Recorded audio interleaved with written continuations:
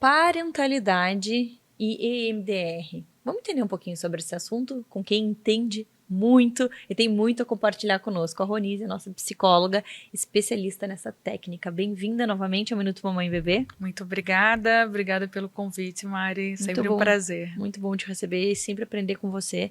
E agora a gente falar sobre algo que é tão importante, né? Que são os nossos telespectadores, os pais, as mães, famílias. Então, como que a gente pode fazer esse link aí da parentalidade com a técnica que tu trabalha, que é o EMDR? Então, Mari, o trabalho com as crianças, ele só tem 100% de êxito se a gente traz os pais para o tratamento. Isso faz toda a diferença, porque quando a gente traz, eles acabam entendendo o que está acontecendo com essa criança e a gente consegue também processar o que está mobilizando toda essa família até um determinado tipo de comportamento e de sintoma, muitas vezes até trazendo de geração em geração. Você recentemente participou de um congresso, eu queria que tu falasse para nós um pouquinho sobre. Então, eu participei do 2º Congresso Latino-Americano e Caribe, em Foz do Iguaçu, agora em novembro, e do 8º Congresso Brasileiro de Terapia MDR.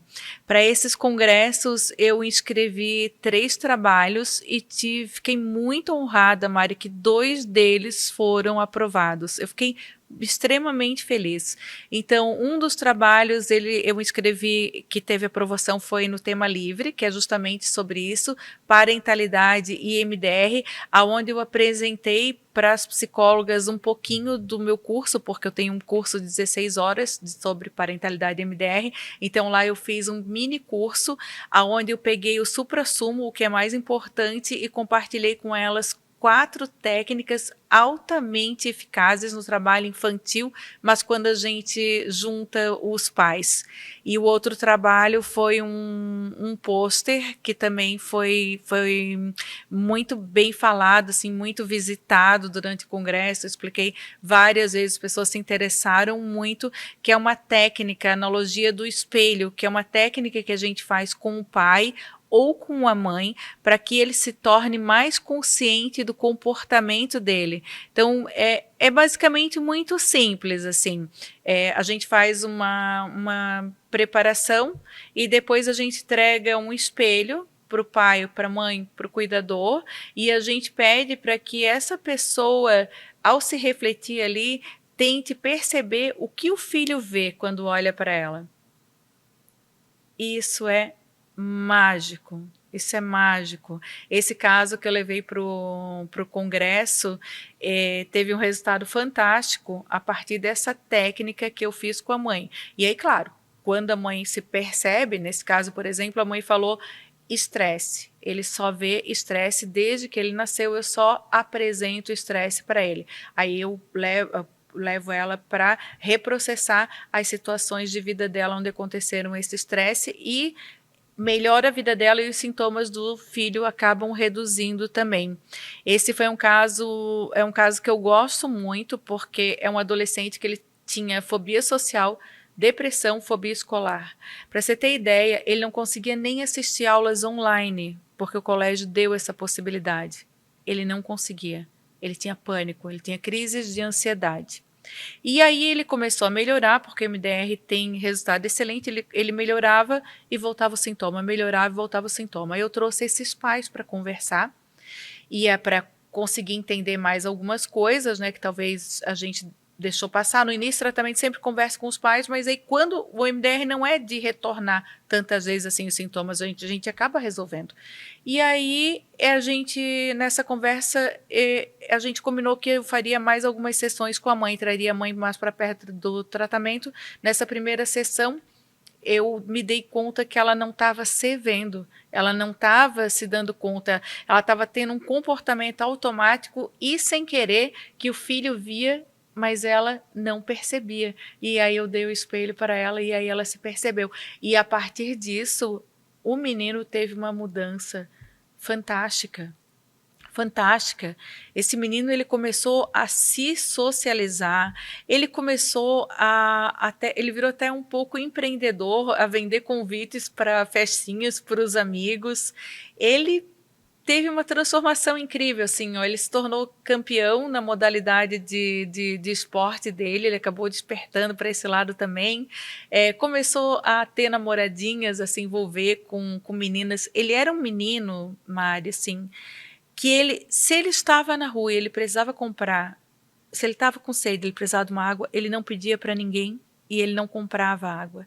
E aí, a partir disso, ele teve, assim, uma virada enorme. Eu fui surpreendida no final do ano. Eu tenho esse vídeo até hoje, eu apresentei no congresso. Claro, não mostrando o rosto de ninguém. Com um vídeo dele sendo orador da turma, a mãe me mandou. Eu fiquei emocionada. E aí, até daí no dia seguinte, a coordenadora do colégio também me mandou. É um caso, assim, muito bacana. Esse menino agora já é um jovem, né? Um adolescente ainda, mas já é um jovem.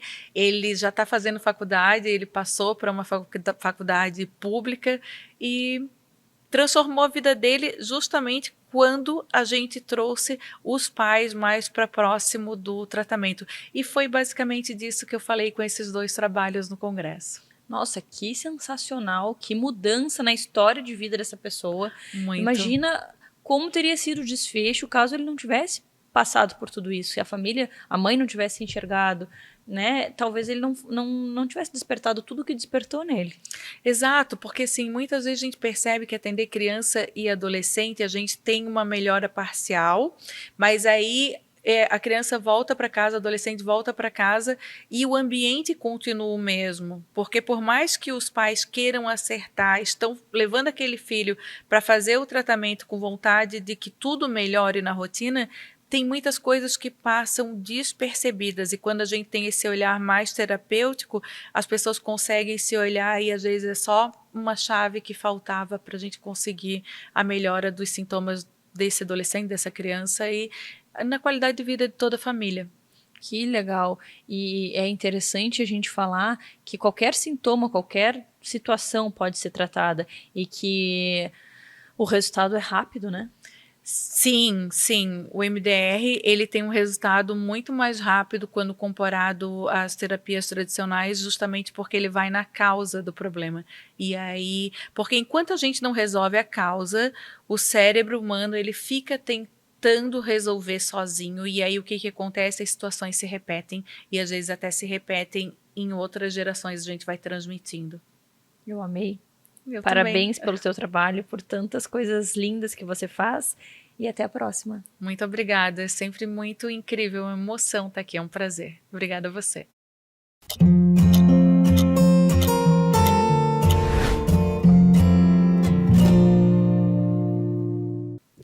Odor axilar e uso de desodorantes nas crianças. Vamos falar um pouquinho sobre esse assunto com a nossa endocrinologista pediátrica, a doutora Lidiane. Bem-vinda novamente. Oi, Mário, tudo bem? Tudo ótimo. Lid, o que a gente precisa entender então sobre esse assunto? O que é esperado, né, quando a gente fala em odor axilar? Tem uma idade? Ou o esperado é que nunca tenha esse cheiro? Sim, é normal ter cheirinho? Me conta tudo. Sim, essa é uma preocupação muito importante dos pais, né? Vamos dizer assim, o normal seria uma criança começar a ter odor axilar ali depois dos 8 anos da menina e 9 anos do menino. Mas é comum crianças apresentarem esse odor mais cedo. Às vezes a gente pega crianças com 4, 5 anos iniciando com esse odor axilar. A dúvida dos pais sempre é, esse odor axilar é uma puberdade precoce inicial? Essa é sempre a maior dúvida. Meu Deus, minha filha vai ficar mocinha cedo porque está tendo odor? Então, primeiro, a gente sempre vai identificar, vai diferenciar. O odor axilar isoladamente, não é uma puberdade precoce, tá? Ele pode ser o primeiro sinal e depois as outras manifestações da puberdade precoce, né, se seguirem, como a presença dos pelinhos pubianos axilares, da mama nas meninas, do aumento ali do testículo do pênis nos meninos. Mas, se a gente só tiver odor axilar, a gente vai ter outras causas ali também, né? E isso que muitas vezes os pais procuram o endocrinopediatra para fazer essa investigação, essa avaliação e o que fazer, né? Então, geralmente, quando a criança chega, primeiro a gente vai avaliar se existe uma causa realmente hormonal, né, para essa criança, para causar o odor axilar. E descartando essa parte, a gente vai tratar o odor em si, certo? Né? O que causa o odor axilar? Né?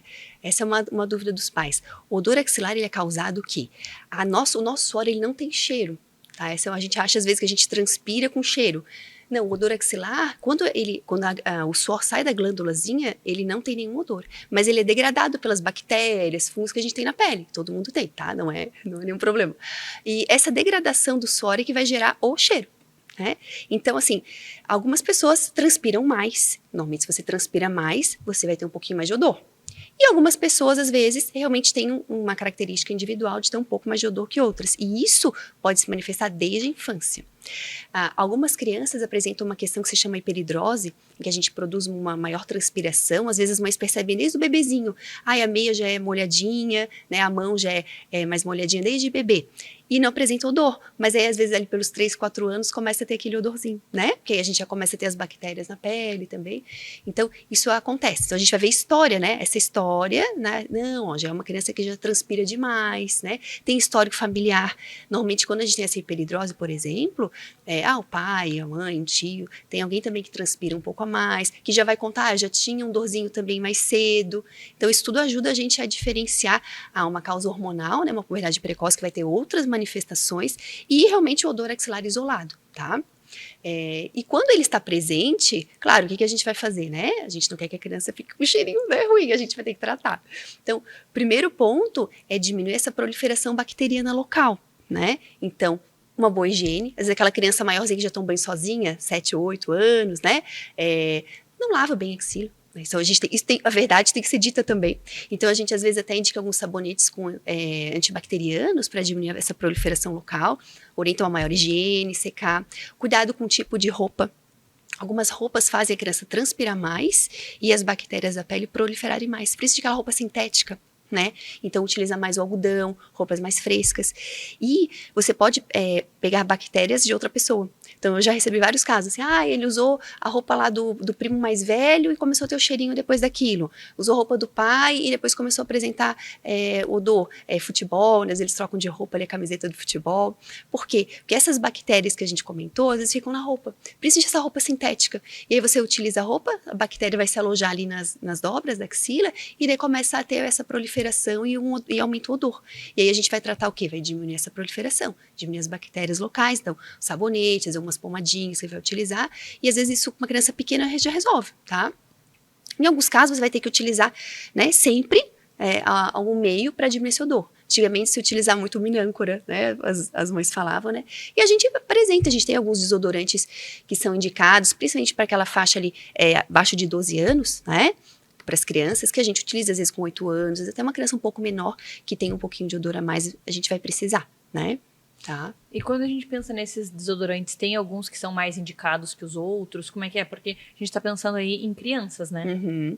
Então, o erro, a gente não deve utilizar o desodorante de adulto, tá? Porque isso acontece, né? Eu peguei o desodorante do pai, da mãe e utilizei na criança. A gente não deve, porque mais pela questão, assim, da toxicidade, da presença dos disruptores endócrinos, que são substâncias, né, que vão mexer ali com a nossa parte hormonal. Então, a gente evita utilizar produtos de adulto. Tá? Alguns sprays também tem a questão da toxicidade respiratória, algumas crianças são alérgicas, né? Tá? Então, a gente evita. Mas existem no mercado produtos veganos, produtos que foram feitos, né, para faixa etária pediátrica, principalmente para os menores de 12 anos. Muitos estão em alimbula a partir de 8, mas a gente utiliza alguns deles também numa criança menor, né? Tá? Então, a gente tem algumas opções no mercado, tá, que podem ser utilizadas. Obviamente, não é a primeira opção.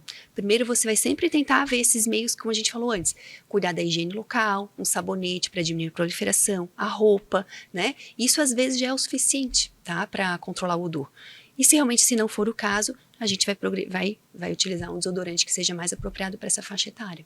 Tá. Lídia, tu tem marcas que tu confia mais? Eu sempre falo, né, que aqui nas entrevistas a gente compartilha muito conhecimento, mas nada dispensa uma consulta, porque daí tem um olhar específico para aquela criança, para aquela família, para aquelas necessidades, né? Mas eu queria entender, assim, se tem marcas que tu confia e se o pessoal pode, de repente, entrar em contato contigo para entender um pouco mais sobre cada uma. Sempre esses produtos infantis, se você olhar na frente, ele vai estar escrito 0% alumínio, 0% álcool, 0% parabenos, tá? Então, geralmente, ele vai estar ali na frente, a gente vai ter essa indicação. A gente tem o da Giovanna Baby, que é bem comum, assim, que a gente, todo mundo conhece ali, 0 alumínio. A gente tem também um tipo do Boticário, que também é 0 alumínio, que dá para ser utilizado. A gente gente tem algumas opções da marca Lefruit, também, que é vegano, que também pode ser utilizado. A gente tem algumas outras opções também. Se quiserem, me segue lá no Instagram e confere que a gente tem mais algumas dicas ali de marcas, assim, né? De desodorantes. Tá? Deixa o teu arroba pro pessoal seguir. É @Lidiane_Co. Perfeito, Lid. Obrigada Uhum. por compartilhar tanto conhecimento conosco, por compartilhar essas informações. E se você está vivendo essa situação, se você quer entender um pouco mais, vai lá no Instagram do Minuto Mamãe e Bebê, procura a doutora Lidiane. Você vai, com certeza, ter bastante informação e, óbvio, poder conversar direto com ela ali, marcar uma consulta. Isso é o melhor caminho, né, Lid? Porque aqui a gente compartilha conhecimento, mas conversando direto com a doutora, tira todas as dúvidas de uma vez só. E a gente examina a criança, né, avalia, para deixar a família bem tranquila. E se a gente tiver, né, uma questão que chame atenção, a gente vai investigar e vai tratar da melhor forma, né? Obrigada e até a próxima. Nada, obrigada, pessoal.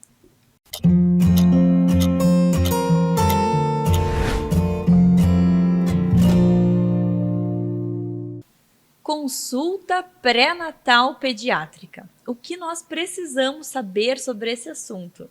Eu trouxe aqui a Mari, uma pediatra boliviana que está há 10 anos aqui no Brasil para compartilhar conhecimento conosco. Bem-vinda ao Minuto Mamãe e Bebê. Obrigada, Mari, pelo convite.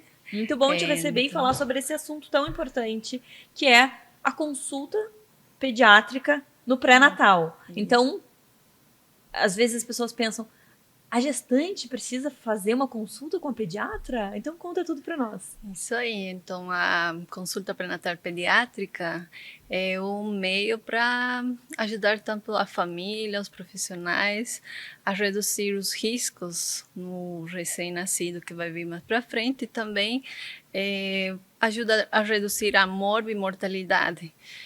Pensando também que hoje em dia temos os pilares, né? Um deles é a consulta pré-natal pediátrica, outro é o atendimento do recém-nascido em sala de parto e a primeira consulta dos 7 dias de vida, que são os que reduzem essa morbimortalidade nos neonatos, né? Antes, muita gente nem escutou falar. Eu acho que hoje em dia é algo mais comum, mais frequente. A gente orienta os pais que seja consulta pré-natal no primeiro trimestre de gestação. Então, estamos falando das 28 semanas para frente. O ideal é que os pais consigam ir na consulta pré-natal pediátrica antes das 30 semanas, primeiro, e depois das 32, e depois perto do nascimento. A consulta pré-natal pediátrica, ele serve também como um instrumento, tanto assim para parte dos médicos, a família e os cuidadores, para poder seguir uma sequência de cuidados e também não chegar do zero, né, na hora do nascimento do recém-nascido. Temos muitos pais que falam que depois da consulta pré-natal pediátrica chegam na primeira consulta dos 7 dias bem mais tranquilos, conseguem entender melhor as orientações, não é aquela coisa que vem do zero, então ajuda bastante os pais. E nós, como profissionais, ajuda também muito, porque na hora da primeira consulta não é aquela primeira consulta, a gente já conhece a rotina dos pais, já conhece a mãe, como é que foi a gestação, e já conhece também um pouquinho da rotina para poder saber o que vamos ajustar e o que vamos fazer mais para frente. Hoje a gente fala muito sobre esse atendimento multidisciplinar, né? Multiprofissionais. Então, assim, hoje a gente não vê mais uma gestante só acompanhada pelo obstetra. A gente já vê que o próprio obstetra já indica procurar um pediatra. Porque, assim, às vezes não é na primeira consulta que tem aquela conexão da família com o pediatra. Isso. Então, aproveitar esse momento da gestação para fazer essa primeira consulta, para o pediatra já conhecer a família, já dar uma olhada nos exames, como que está a gestação. Tem até a questão de acompanhar na hora do parto. Então, tem várias questões que podem ser combinadas durante essa consulta, né? Isso, a gente fala que é a consulta pré-natal pediátrica, então tem os degraus, né? No começo, então, no pré-natal, levar aquela parte das síndromes. Tem às vezes crianças que vão nascer com alguma síndrome, alguma malformação, mãe que tem alguma doença como diabetes, hipertensão, que a gente tem que conversar na consulta, nós como parte da pediatria, tudo isso. Também tem a parte das prevenções de doenças infecciosas, ver como é, checar como é que estão os testes rápidos, como é que foram os laboratórios durante a gestação, os ultrassons, tudo isso, né? A gente não vai mexer, simplesmente vai avaliar para poder ter um entendimento de como é que vai ser esse recém-nascido, quais vão ser os cuidados. As vacinas, hoje em dia temos as vacinas que reduzem aquela parte das bronquiolites. Não é só também aí abordamos só a mãe, a gente aborda também o pai, como são os familiares que vão ficar na hora do nascimento da criança, para deixar tudo certinho, vacinas, os cuidados, essas coisas, né? Depois disso, a gente tem sobre o que vai acontecer na hora do parto, para os pais não ter aquele impacto, né, de primeira vez. A criança vai levar até eles servem como uns orientadores, tipo, na hora, até questionar, né, por que está sendo feito aquele colírio, para que serve o colírio, para prevenção de conjuntivite bacteriana, para que serve o injetável na perninha, que é da vitamina K, para prevenção de doenças hemorrágicas. Também temos a parte do aleitamento materno, que é muito importante, né? E antes também bem importante sobre os benefícios do tipo de parto que a mãe vai querer, e também falar um pouquinho dos benefícios que vai ter na criança, né? Dentro disso também temos na consulta pediátrica, também a gente fala sobre os cuidados do transporte da criança, confortos, os cuidados dentro de casa, são uma série de questões, desde o cuidado da pele, né, uso de sabonetes líquidos, hidratantes, tudo isso. É um instrumento, acho que muito amplo, por isso que a gente fala que no mínimo seriam 2 até 3 consultas, se puder ter mais, é melhor, que aí a gente tem uns pais mais orientados. A gente vê os pais comentando que, nossa, foi muito difícil no começo, quando o bebê nasceu, a gente não sabia nada, pais de primeira viagem, então a gente estava perdido, mas aí justamente uma consulta durante o pré-natal faz com que os pais estejam preparados para receber esse bebê. Olha sobre todos os assuntos, desde o nascimento, como que vai acontecer, os primeiros exames, testes que acontecerão, produtos de higiene para a hora da limpeza, enfim. Então, assim, amamentação. São muitas coisas para serem abordadas e estudadas para que não seja esse turbilhão quando o bebê vai para casa. Isso, é muito importante. Eu acho que hoje em dia os pais que têm a possibilidade faz muita diferença.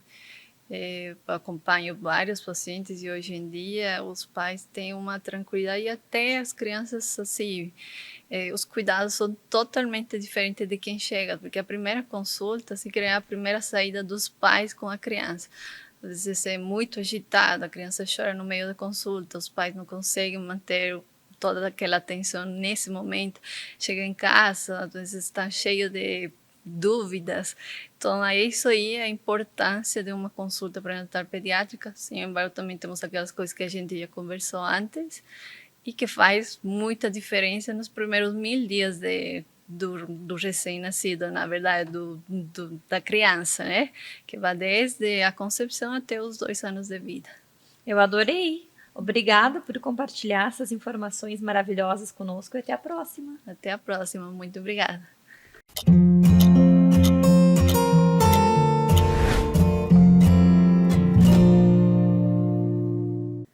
Pediatria integrativa. O que será? Qual a diferença? Eu trouxe a Fábio, uma pediatra integrativa, que tem todo o meu coração, porque eu amo esse universo integrativo, para falar justamente sobre essas diferenças. Enfim, ela tem mais propriedade para nos apresentar um pouquinho do que ela faz. Bem-vinda ao Minuto Mamãe e Bebê. Obrigada pelo convite, adorei. Muito bom te receber aqui para falar sobre esse tema que eu amo.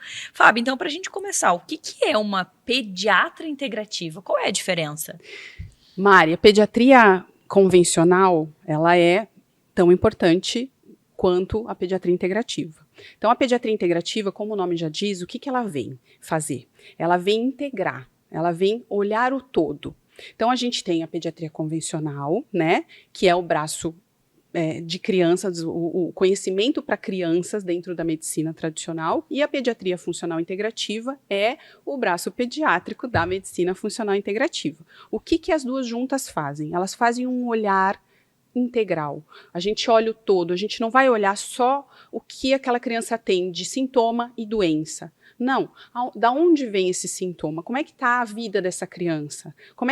Aonde essa criança vive? Como é que é esse ambiente? Como é que é a casa dela? Como é que é a relação dos pais? Quem que mora lá com ela? O que ela faz de atividade física? Que horas ela dorme? Do que ela se nutre? Como é que está a alimentação dela? Porque tudo isso, hoje a gente sabe, né? Medicina do século XXI, né? Eu adoro falar esse termo, século XXI, porque nos últimos 20 anos, a gente tem um planeta muito diferente de 20 anos atrás. Então, o perfil de doenças pediátricas mudou completamente. É só você ver, hoje, há 20 anos atrás, eu estudava autismo no livro. Quando eu me formei médica, a gente não via autismo com a frequência que a gente vê hoje. Então, o perfil de doenças mudou. Por que isso mudou? Porque algo está acontecendo, né? Isso não é só predisposição genética, não existe o número aumentado de doenças que a gente vê hoje na pediatria só por causa de predisposição genética, né? Tem alguma coisa acontecendo que precisa ser vista, que está no ambiente. Então, a gente tem hoje um planeta mais tóxico, né? Mais urbanizado, com mais toxina no ar, a gente tem um solo mais tóxico, e isso está afetando a vida das gestantes e, consequentemente, no ser humano, todos os seres humanos, e, consequentemente, das crianças.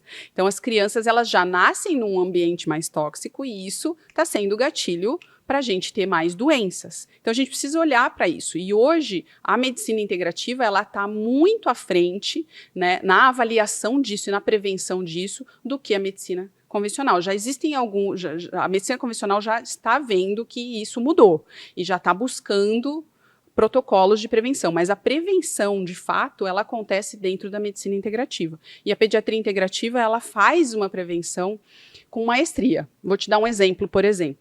Posso te dar um exemplo? Com certeza deve. No meu consultório, eu vou te dar 2 casos, que são casos muito comuns no meu consultório. Primeiro deles, menina, vou falar de menina. Meninos também acontecem, mas esse caso é mais de menina. Menina, 8 anos, tá? Com sobrepeso, vem para mim com sobrepeso, cansadinha, não quer fazer nada, só quer dormir. A mãe traz para eu avaliar. Peço os exames, e aí vem nesses exames o exame de tireoide um pouco elevado. O exame de tireoide, que é o TSH, ele existe um spread, não sei se eu posso usar esse termo, porque esse termo é do mercado financeiro, mas existe um spread entre o alto e o alto que você precisa medicar com o hormônio tireoidiano. Então, assim, até 5 é considerado normal. De 5 a 10, não se faz nada pela medicina tradicional. A gente espera chegar em 10 para daí entrar com o hormônio tireoidiano. O que se faz? Encaminha para o endócrino, que é o especialista nisso, e ele vai acompanhar essa criança e vai fazer as avaliações, ver se vai baixar, se não vai baixar. Geralmente, Mari, essas crianças que vêm para mim com esse TSH elevado, elas estão com TSH elevado porque elas têm outras alterações no organismo, tá? Principalmente deficiência de vitamina D, porque a vitamina D é extremamente importante para a função tireoidiana. Deficiência de ferro, mesma coisa. Mesmo não tendo anemia, a gente tem deficiência de ferro sem ter anemia. E essa deficiência de ferro, ela vai também trazer outros problemas para o nosso organismo. Dentre eles, tireoide alterada. Deficiência de selênio. Selênio é super importante, é substrato para que a tireoide funcione. Então, assim, aí se você pega uma criança que tem essas deficiências, você corrige essas deficiências, você não precisa entrar com hormônio tireoidiano. Esse TSH, ele vai baixar.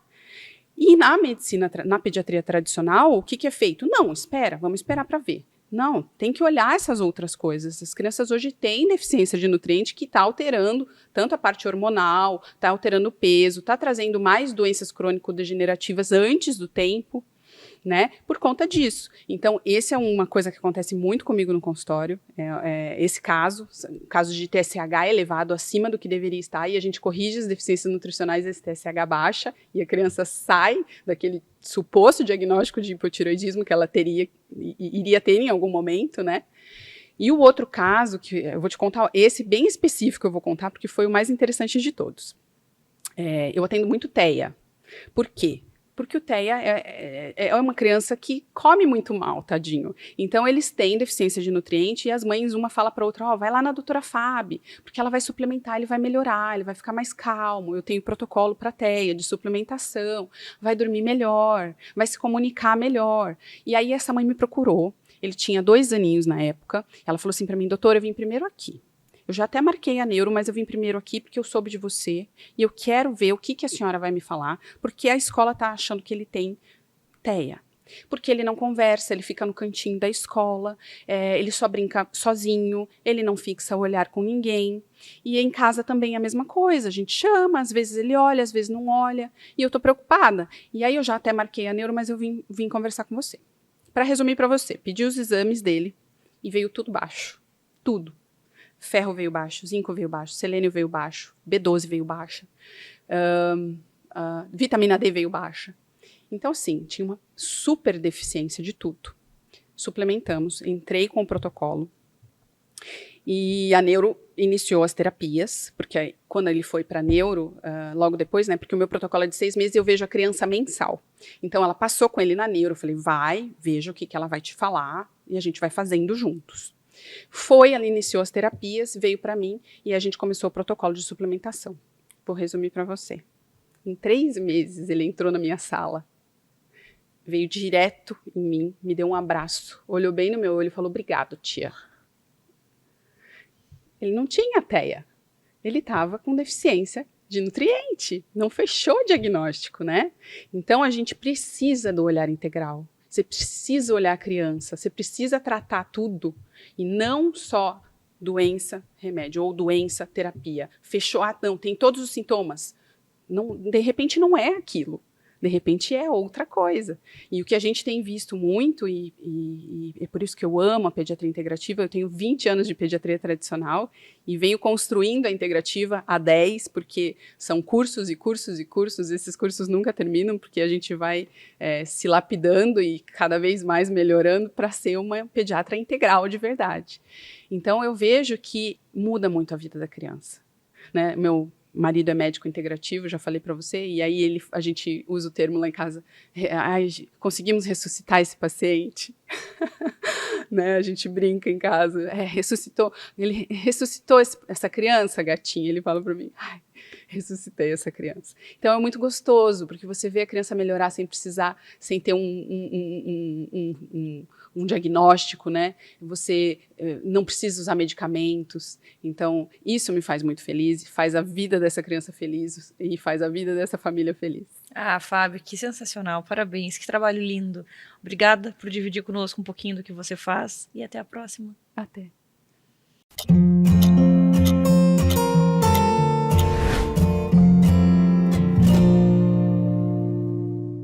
O impacto que a alergia à proteína do leite de vaca causa na família do paciente. A doutora Camila Vitek vai falar um pouquinho para nós sobre esse assunto. Bem-vinda novamente. Obrigada, Mari. Então, esse assunto é tão importante porque ele engloba não só o sofrimento da criança, que é o paciente, no caso, mas a alergia à proteína do leite de vaca, ela traz sensações, limitações e frustrações, muitas vezes para a família toda. E a gente pode começar falando da culpa materna. Então, ela envolve muita culpa da mãe, por várias razões, assim, mas uma das razões principais é quando a mãe amamenta e o neném ainda não está. Então, imagina assim, uma mãe que está dando o seu melhor para amamentar o neném, esse neném se descobre, então, alérgico à proteína do leite de vaca, ela precisa fazer dieta e ele demora para melhorar. Ou assim, ele estava melhor e de repente ele piora. E às vezes é assim, porque ela comeu alguma coisa, né? Então, assim, isso acaba com qualquer mãe. E é muito difícil, assim, pensar, não, você não falhou. Você aprendeu, De repente você aprendeu, eu nunca me esqueço, o Mateu e o Ben também eram alérgicos a leite de soja, né? E daí tá, paçoca pode. Aí eu comprei uma paçoca, no dia seguinte o menino sangrou, Mateu. Gente, o que eu comi? Aí fui revisar o rótulo. Teoricamente, uma paçoca que eu já comprava, adicionaram proteína isolada de soja. Então, sim, ele estava sangrando porque sim, eu tinha comido, porque sim, eu falhei. Naquele momento, senti assim, mas aprendi. Que não é, então, que eu preciso ler rótulo sempre, que uma mesma marca pode mudar a sua composição de ingredientes a qualquer momento, então a gente tem que estar sempre cuidando, né? Então, é muito desafiador e a gente precisa ser muito acolhedora com a gente mesmo, que estamos fazendo o nosso melhor, com o conhecimento que temos a cada momento, e é uma curva de progressão de conhecimento, eu sempre falo isso para os pais no consultório. No momento que a gente começa a fazer dieta, a gente vai errar mais no começo, porque eu vou estar aprendendo, vou estar descobrindo o que eu gosto de comer, onde é seguro comer, e é uma curva de aprendizado. Depois de 1, 2, 3 meses, tu já está, teoricamente, sabendo como lidar, e a chance de ter uma transgressão é muito menor, né? E é um impacto que a gente fala assim para a família, né? Mas também é para a criança. Sim. Eu sempre penso assim, a criança numa festa de aniversário, criança na escola, como que fica esse social da criança? Isso. O ideal é, no local que a criança está inserida, haver um diálogo aberto para todos estarem cientes que aquela criança tem uma restrição alimentar. Para ninguém oferecer comida sem os pais terem noção, para que seja seguro, né, aquele ambiente. Então, é com conversa, é avisando previamente, é levando combos, né, marmitas, como se fosse para as festinhas, para ter o que comer, para essa criança, Deus o livre, ficar com fome, né?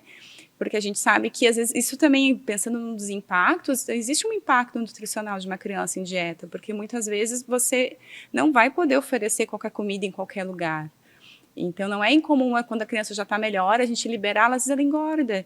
Mas engorda porque agora ela pode comer em qualquer lugar, né? Não existe uma restrição tão grande, né? Então, o ideal, assim, é na escola estar sempre bem avisado, levar sempre uma carta de preferência do médico que acompanha, né, dizendo qual é a alergia, como ela se manifesta, o que eu tenho que fazer se tiver reação, para que todo esse ambiente fique o mais acolhedor e o mais seguro possível para a criança, para que ela não sinta que ela é diferente, ou que ela é especial de uma forma não positiva, sabe? E é interessante, a gente fala sobre a escola, mas também tem a casa da avó, da tia, da Dinda, porque a gente vive um momento onde a gente escolhe para crianças que não têm nenhum tipo de alergia. Não vai comer açúcar, não vai comer sal, só come coisa saudável. E aí as pessoas já ficam meio assim. Sim, coitadinha. Onde já se viu? Porque tu comeu e tá aí vivo, assim. Tô aqui com colesterol, lutando com os meus hábitos alimentares. E daí, assim, já é difícil tu levar isso para uma família. Daí, assim, a criança tem um diagnóstico, né? Ela tem ali uma alergia, ela não pode por um tempo, ela tá em tratamento. Então, assim, tem que deixar isso muito bem claro. Aí é o pão, o bolo que a vovó faz, que é famoso na família, enfim. Gente, nesse momento não dá. Eu gostaria também que meu filho comesse, mas ele não pode. Então, eu tenho para os meus pacientes do consultório, e eu até brinco, que eu já... essa aqui é a cartinha para os familiares, tu já manda no grupo do WhatsApp que é a médica que tá mandando, né? Senão vira aquelas picuinhas familiares. Mas o ideal é a mesma questão, assim, que a família toda entenda que o pão da avó se modifique durante um tempo, ainda mais considerando uma alergia não mediada, que a criança vai melhorar. A questão é que cada transgressão, cada vez que ela fica ruim, vai cair a qualidade de vida, vai cair o aprendizado, vai cair o vínculo, porque ela vai passar por um momento não se sentindo bem, em sofrimento. Então, não vale a pena. Vai ter um momento, assim, a expectativa é de tolerância. Então, vai existir um momento que a receita da avó pode voltar a ser o que é tradicional. E hoje em dia existe tanta receita, tanta possibilidade, tantos locais para serem experimentados e consumidos, que eu acho que não se justifica, né? É verdade. Então, assim, pensando nesses impactos, você que já viveu e você que vê isso, assim, com tantas famílias, qual o conselho que você deixa para as mães que estão passando por isso, para as famílias que estão passando por isso? Acho que é aquela máxima, assim, que a gente está em um processo de aprendizado, que a gente precisa se acolher toda vez que existe uma curva no caminho, que é necessário diálogo, conversa, conhecimento a respeito, até para as mães não trocarem figurinhas de álbuns diferentes, né? Então, cada criança é diferente, reage de uma forma diferente, o cuidado precisa ser individualizado. Eu adorei. Obrigada, viu, por compartilhar Obrigada, conosco. Mari. E se você está passando por essa situação, precisa de uma mãe para conversar, nada melhor do que uma mãe gastropediatra que já vivenciou e que vivencia no consultório, mas vivenciou com os filhos. Então, entra no Instagram do Minuto Mamãe e Bebê, procura a doutora Camila Vitek, marca uma consulta com ela, conversa, pede para ela te mandar essa cartinha e aí a vida vai ficar mais tranquila, se é que a gente pode falar isso, porque a gente tem que tentar enfrentar as coisas de uma forma tranquila. Sim, né? quanto mais conhecimento, melhor. Ainda convido para o curso A PLV Descomplicada, que todas essas orientações lá dentro também tá a cartinha. Olha só, também Uhum. temos um curso para ter mais informação, para encontrar ali tudo que você precisa. Como é que faz para ter acesso ao curso? No meu Instagram tem o link direto, www.plvdescomplicada.com.br. Perfeito. Obrigada e até Obrigada, a próxima. Mari.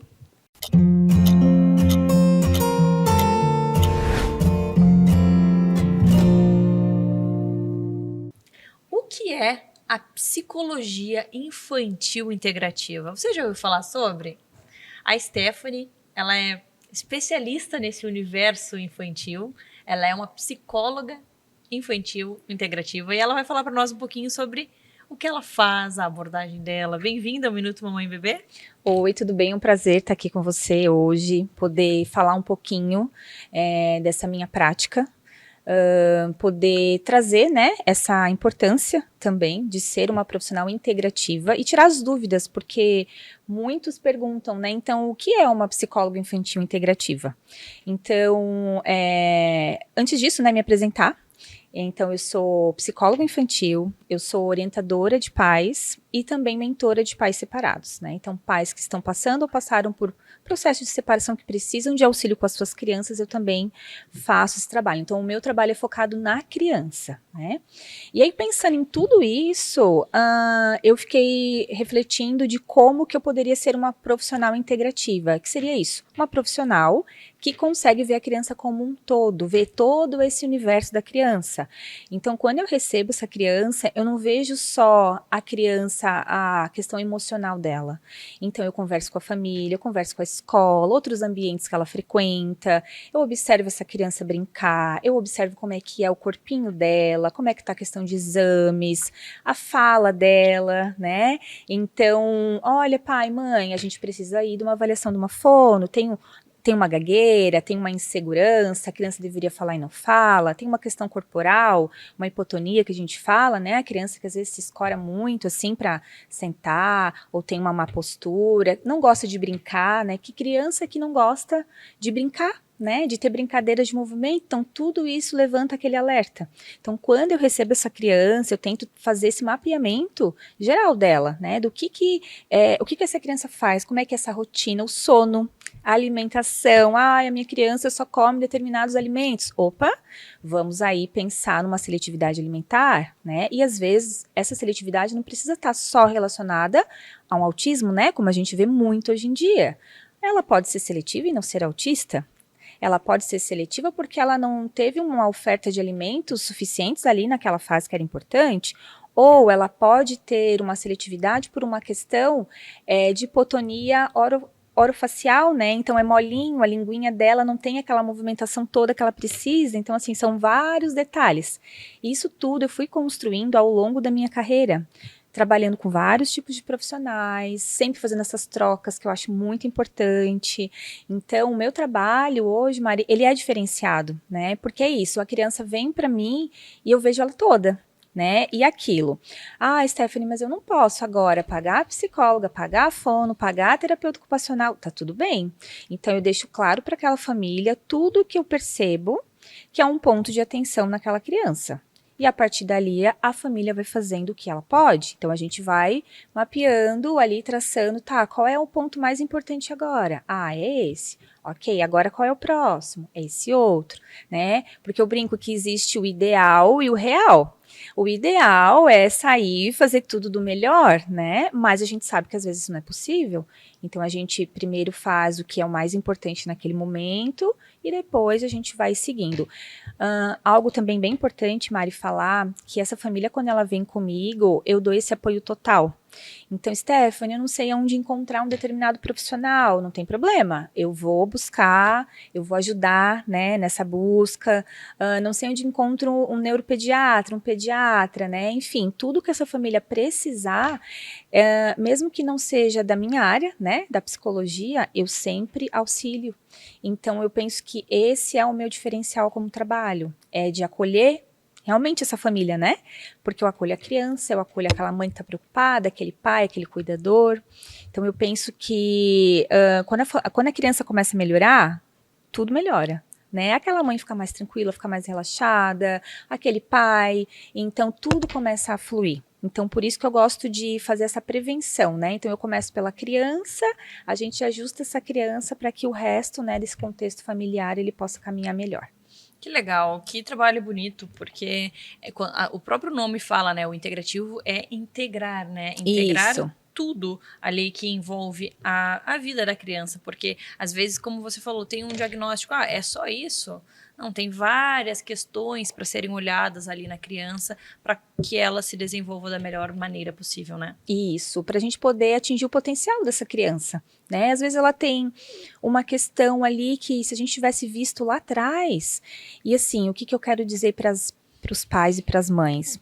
Geralmente a mãe, ela acaba tendo aquele sexto sentido, né, que a gente fala de mãe, aquela percepção, aquele feeling, porque normalmente está um pouco mais de tempo, tem aquela sensibilidade. Então, assim, mãe, se você pensa que o seu filho tem alguma coisa ali, que você não tá, sabe, você tá preocupada, aquilo tá te incomodando, vai atrás.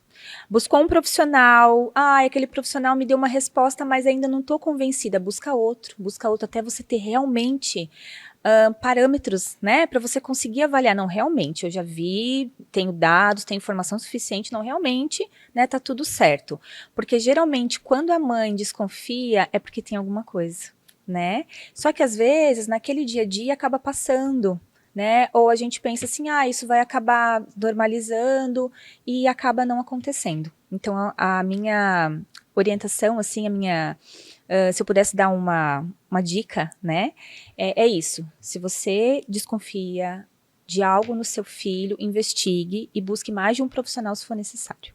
E é muito interessante essa dica, porque às vezes a criança, né, a mãe sente, enfim, aí recebe aquele diagnóstico, só que quando a gente pensa em um diagnóstico, a gente pensa que não é só aquele diagnóstico, né? Isso. Tem muita coisa para ser observada nessa criança. E o psicólogo infantil integrativo é justamente isso, né? É olhar não só para o diagnóstico, mas para as necessidades daquela criança. Quem é aquela criança? Por que ela está agindo daquela forma? É só por conta desse diagnóstico? A gente pode trabalhar de uma forma diferente, e aí pensando não medicamentosa, né? Com terapias, enfim. Isso. Ótimo tu ter falado isso, tá? Eu sempre digo para os pais e para as mães, você não tem diagnóstico, tá tudo bem, porque essa é a dúvida. Stephanie, não tem diagnóstico. Eu falo, não tem problema, o seu filho já tá tendo alguma dificuldade, é isso que a gente vai atuar, né? Então, se o seu filho deveria, por exemplo, conseguir dormir na caminha dele e ele ainda não consegue, a gente vai entender melhor. O seu filho já era para estar desfraldado e ele ainda não está, né? A gente pensa nas janelas ali do desenvolvimento, é isso que a gente vai atuar. Se depois lá na frente você tiver o diagnóstico, é uma informação a mais que vai nos ajudar a saber como lidar melhor com isso. Mas a gente não precisa esperar, né? Então não vamos fazer nada até que saia ali o laudo. Não, o tempo da criança é muito precioso. Então a gente tem que aproveitar cada minutinho desse. Então, seja no consultório, seja em casa. E algo que eu quero trazer até para o próximo ano, e aí, aproveitando a minha abordagem integrativa, é isso. Então, o quanto que outras terapias, né, são benéficas para a criança. Eu utilizo já de uma forma mais simples, vamos dizer assim, a questão de respiração, né, de manter ali a atenção plena, mas eu quero trazer algo mais embasado, né, então eu tenho um plano, já um projeto para o ano que vem de trazer até um pouco da prática do yoga, né, para dentro do consultório. Não, Stephanie, não vou ser uma professora de yoga, né, mas trazer essa técnica, né, já tenho entrado em contato até com uma profissional, que ela é bem conhecida, porque eu consigo trazer estratégias do yoga para dentro do consultório, ensinar para os pais, né, fazer em casa, para que aquela criança, ela aprenda ela a se regular também. Ela não precise necessariamente sempre ter um adulto. Claro, as crianças são pequenas, elas precisam da figura adulta para isso, mas a gente vai ensinando para elas também formas simples em alguns momentos delas conseguirem se acalmar. Então é isso, é um plano e um projeto que eu tenho para o próximo ano. Eu amei. Obrigada por trazer um pouco do seu dia a dia para nós. Obrigado, Mari. Obrigado pelo convite. Por dividir tantas informações preciosas e até a próxima. Até a próxima. Tchau.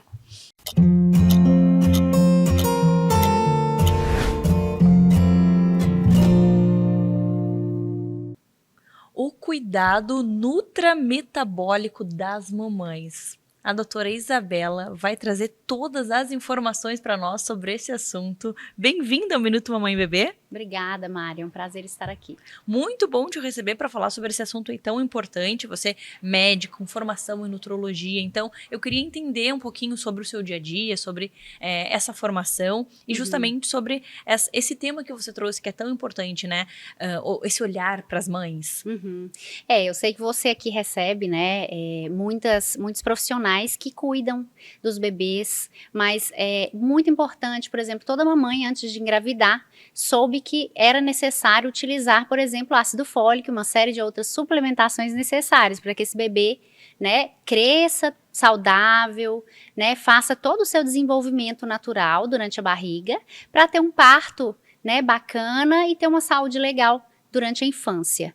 Agora, depois que esse bebê nasceu, como é que fica, né? Geralmente as mamães demoram um pouquinho a cuidar, se é um período ali conturbado, né? Nasceu o bebê, de repente a atenção toda tá ali. Então, hoje é interessante a gente conversar, né?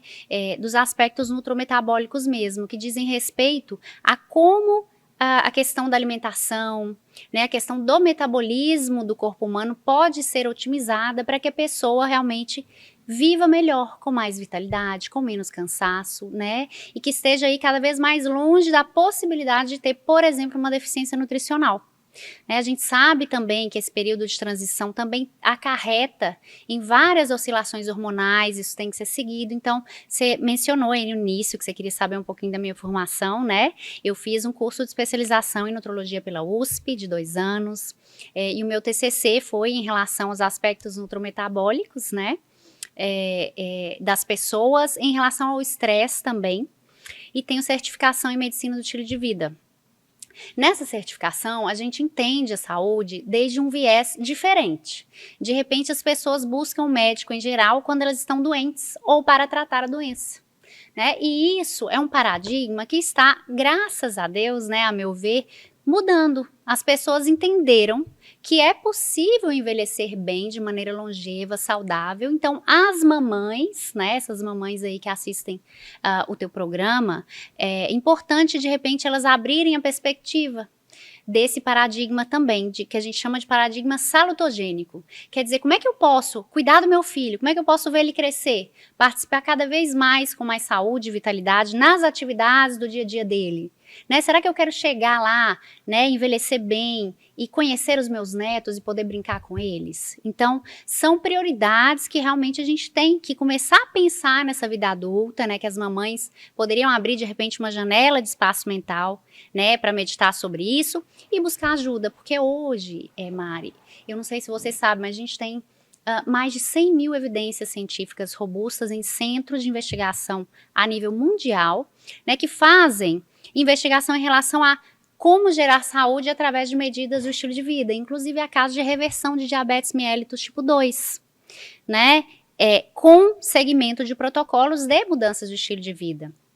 Então, isso é um paradigma muito atual, né, e leva a gente, primeiro, a priorizar, né, o que a gente quer para o nosso futuro, para os nossos filhos. Mas é lógico, para a gente acompanhar os nossos filhos, a gente precisa estar bem. E para a gente estar bem, a gente precisa, né, tratar de pensar como eu vou, né, otimizar a minha saúde e ter um acompanhamento para poder realmente, né, abarcar todos esses aspectos de deficiências vitamínicas, metabolismo, como é que está a minha saúde hormonal, como é que está o meu estresse. A gente fala que a gente tem 6 pilares da saúde, tá? Um deles são os aspectos nutricionais. Lógico que a gente sabe que uma alimentação rica em frutas, legumes, cereais, né, grãos inteiros, carnes magras, são realmente ricas em fibras, né? São alimentos que são comprovadamente antioxidantes e que levam a que as pessoas envelheçam bem. Esse é um dos pilares. Né? Depois a gente tem o pilar de atividade física. Hoje em dia a gente consegue, lógico, a capacitação adequada, entendendo o gasto energético e o nível de atividade dessa mamãe, a gente consegue orientá-la em relação a quanto de atividade física ela tem que fazer, de que tipo, que às vezes a pessoa pensa só em musculação, mas a gente tem atividade aeróbica, anaeróbica, alongamento, né? E a gente pode no dia a dia encaixar essas rotinas em base, lógico, ao objetivo de cada uma. O outro pilar é o sono. Um sono de qualidade é fundamental para a imunidade, né, para a saúde cardiovascular, para evitar, né, a geração de quadros neurodegenerativos no futuro também. Então, a gente precisa cuidar desses aspectos. E, óbvio, por exemplo, o magnésio.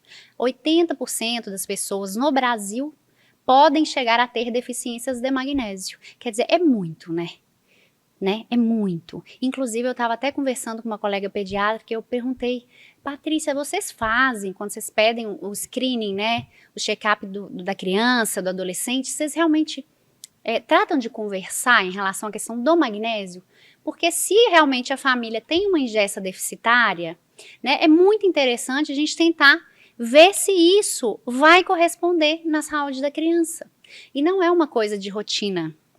Né? Então, isso chama muita atenção, a gente só linkando, né, a questão para as mamães estarem atentas aí em relação a isso, né? O outro pilar é evitar substâncias tóxicas. No caso dos bebês, lógico, ninguém vai consumir álcool, né? Mas a gente tem que ficar atento a questões de corantes artificiais nas alimentações, enfim, exposição a tabaco, a fumaça, fumo passivo, isso é algo também muito relevante que a gente tem que tirar. A questão das conexões sociais, né? Eu sei que é uma etapa de vida, lógico, né? Que a pessoa tem um filho, cuida do bebê, é muito acarretada, então, lógico que a prioridade é a família, mas é comprovado, né, que o ser humano é um ser social e há ministérios mesmo de saúde, por exemplo, na Inglaterra, que criaram departamentos para cuidar simplesmente do aspecto de solidão. Por quê? Porque a solidão, ela acarreta a aceleração de quadros neurodegenerativos, né, e deterioro cognitivo muito mais rápido. Então, é um tema de saúde pública e foi comprovado que a conexão social ativa, né, ela é um neuroprotetor. Então, lógico, as mamães, por exemplo, no colégio tem um grupo de mamães, né, tratar de ter uma convivência semanal com pessoas para poder realmente treinar esse aspecto, né, social do ser humano. Isso é super importante para a saúde e para o envelhecimento. E o outro é o manejo do estresse. Tá? O sexto pilar é o manejo do estresse. Então, a gente falou aí uma série de coisas que durante a consulta ou nos planos de acompanhamento dessas mamães, a gente tem que fazer essa visão assim integral, né? Expandir o nosso olhar, entender que cada coisa se conversa, o sono conversa com a imunidade, conversa com o magnésio, conversa com a deficiência vitamínica. Então, é preciso que a gente realmente expanda, né, a perspectiva quando a gente está diante, né, de uma pessoa que busca ajuda para realmente ter essa saúde mais longeva. Então, todos esses aspectos aí, eu espero que eu tenha sido breve, mas são aspectos, assim, muito importantes para a gente ter em conta quando a gente quer pensar em otimização nutrometabólica de cada mamãe que está assistindo o teu programa. Sensacional, eu adorei e acho muito interessante, porque faz muito sentido, porque durante a gestação é exame de sangue todo tempo, as vitaminas ali, aí depois tu ganha o bebê e tu acaba esquecendo de ti. E daí eu já ouvi casos de amigas me falarem, nossa, eu fui encontrar uma amiga minha, ela falou, nossa, parece que tu envelheceu anos. Por quê? Não está dormindo bem, não está se alimentando bem, não está tendo contato social. Tudo que dos 6 pilares está fazendo tudo ao contrário. Então, poxa, quantos anos aí a pessoa está perdendo de vida, sendo que poderia ter um acompanhamento legal, poderia colocar em prática os 6 pilares, é possível. Tem muitas mães que conseguem se cuidar. Então, eu acho que quanto mais mães terem acesso a isso, a esse tipo de informação e da necessidade desse olhar, desse cuidado, melhor, né? Sim, com certeza, mas lógico, né, que tá a situação ideal. E a gente sabe que a realidade, né, de cada mamãe, enfim, eu sou mulher, a gente entende, a gente tem muitas demandas, mas lógico que também como médica, né, e profissional da saúde especializada nesses aspectos que a gente mencionou, é importante eu fazer esse chamado de atenção, né, que de repente não se trata simplesmente de repente olhar vídeos no YouTube, de colocar um esforço em coisinhas que de repente ela, né, viu na internet. Eu acho, Mari, que a gente tem que ter a humildade de encontrar uma ajuda para armar uma estratégia individualizada e acompanhada, tá? Alguém que realmente pegue essa mamãe, arme para ela a melhor estratégia e a acompanhe na execução dessa estratégia. Porque é óbvio, né? No final das contas, se essa estratégia realmente for efetiva, desenvolvida com uma competência necessária, essa mamãe vai conseguir ter saúde e vai desenvolver durante esse período a autonomia para depois seguir a sua vida aí mais saudável. Muito obrigada por compartilhar tanta informação conosco e até a próxima. Obrigada a você.